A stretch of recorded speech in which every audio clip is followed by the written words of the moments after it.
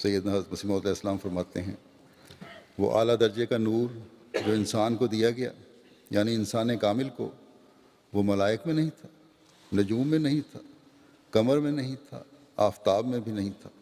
وہ زمین کے سمندروں اور دریاؤں میں بھی نہیں تھا،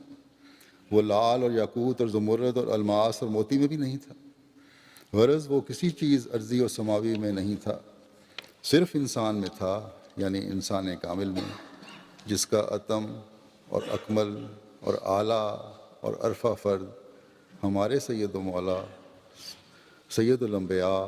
سید الاحیاء محمد مصطفیٰ صلی اللہ علیہ وسلم ہے۔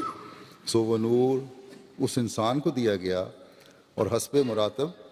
اس کے تمام ہم رنگوں میں بھی، اور یہ شان اعلیٰ اور اکمل اور اتم طور پر ہمارے سید و مولا، ہمارے ہادی، نبی امی، صادق و مصدوق محمد مصطفیٰ صلی اللہ